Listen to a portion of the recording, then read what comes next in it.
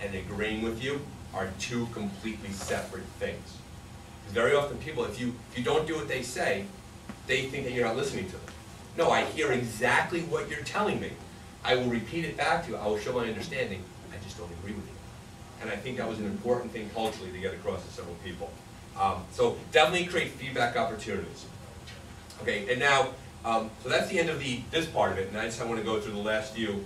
I have some things here which are pretty, I think are helpful. Here are some tips and tricks that I have. You know, hacks, you know, things you can do. I wrote many thank you notes. I did.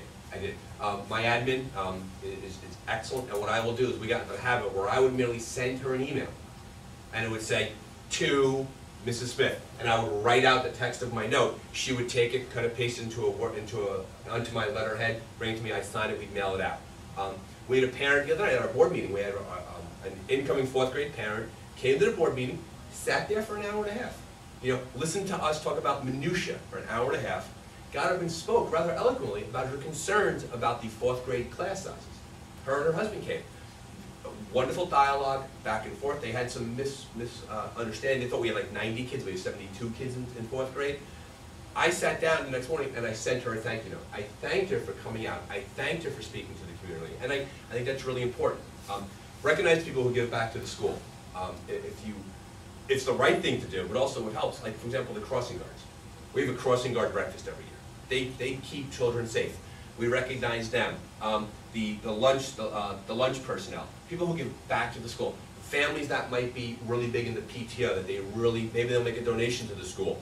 We always make it a point to recognize them. Walk the buildings on a rotating schedule.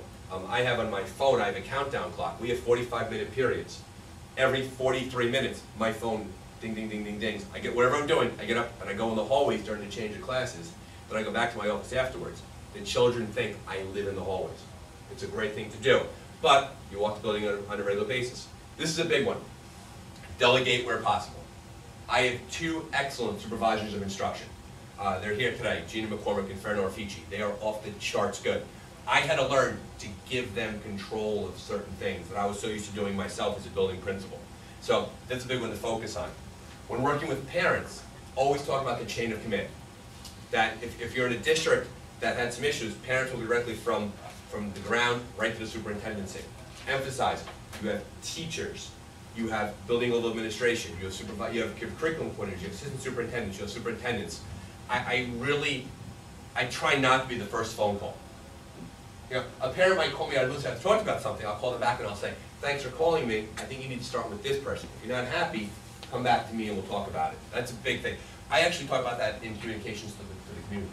I actually mentioned that I'm here to listen to you, you always reach out to me, but if there's someone else you should be talking to, please start with them. Look at your work ratios. What I mean by that is, kind of think of how much time are you spending in your office. You know, how much time are you spending on that state report? That, well, I know it's due. Are you looking at teacher practice? Are you looking at anything philosophically, any big stuff? And then obviously this one here, try hard not to get caught up on the minutia of the moment, or minutia or the moment. Like, I mean, I was up this morning and we have to give a report back to the state about our kindergarten cutoff. Mike saw that. What's our kindergarten, a report to the state about kindergartners? I mean, I spent like 20 minutes on it, working on this different thing. I mean, it's minutia. It was something maybe I shouldn't have spent so much time on it. Try not to get caught up on those things. Try to think big picture. So that's the tips and the tricks.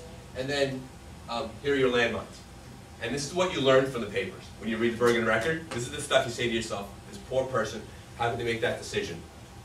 Be alert for foul balls. That sometimes stuff is just going to come out of left field. And it might come up, it might be an innocuous question that someone has. Someone might say to you, so do the 8th graders, do they have a lot of homework? And you might go, well, you know, our teachers are really balanced on it and they take care of the homework. Well, if you think about it, that could lead to 25 parents that are working. So you gotta kind of pay attention to that. You know, I was at the Yankee game one time. They had on the back of the seats of the Yankee the sticker. We stole the sticker. It's hanging in my office. So be alert for stuff coming out of left field. Big mistake too, Superintendent. Right. Yep. Sorry about that. They were tearing the stadium down. They were. Mistaking the title for authority. You see people sometimes superintendents, they love being the superintendent, they love that title, I'm the superintendent. And then they train wreck something really simple. There's a difference between saying you're in charge and being in charge. And authority for me comes from people knowing that you really understand the district and you're fully ingrained into the district. You can't be all things to all people. Train wreck not going to happen, you have to delegate. Slaughtering the wrong sacred cows. That's a big one. That's a big one. And you see that from time to time where, you know, some school will do away with the school play because only 25 kids are involved in it. I mean, play parents, they're a juggernaut. So that's the kind of stuff there. Now, the idea of being tight or being loose. You know, there are certain things that you want to make certain. There are non-negotiables. You know, staff members are to be on time. There can't be a pattern of lateness on staff members. This is the way it can't be. There can't be a pattern of not turning things in on time. But there are some things you might want to be loose on a little bit. Like, you know, if the faculty, if they've always had the tradition of like a dress down Friday, you might not want to wipe that out the first week you come in. So there's things you want to be tight about, things you want to be loose about. I can't be more specific because they are, those things are specific to districts, obviously. Alienate people, don't do that. You know, I had a meeting the other day with a parent, where this parent really wasn't very nice in this meeting. They weren't very pleasant. I could have, you know, I could have, you know, time for you to leave, and I didn't want to do that. I didn't want to alienate this person. But you want to be careful about that. And then remember, the big three were, you know, BOE, parents, and staff. I went to the superintendent aspiring administrators down at Seton Hall. They had that. It was great.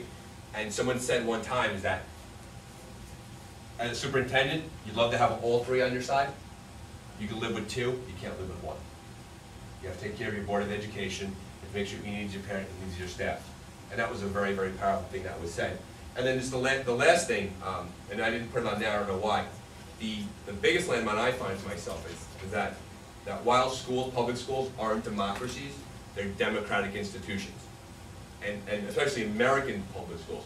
And everybody has a seat at the table. No matter how outlandish, different, kooky, whatever they might be, they have the right to be there because it's America, and therefore they have a chance. They should be listened to at the same time. And I think that's it. Yeah, and this is the end.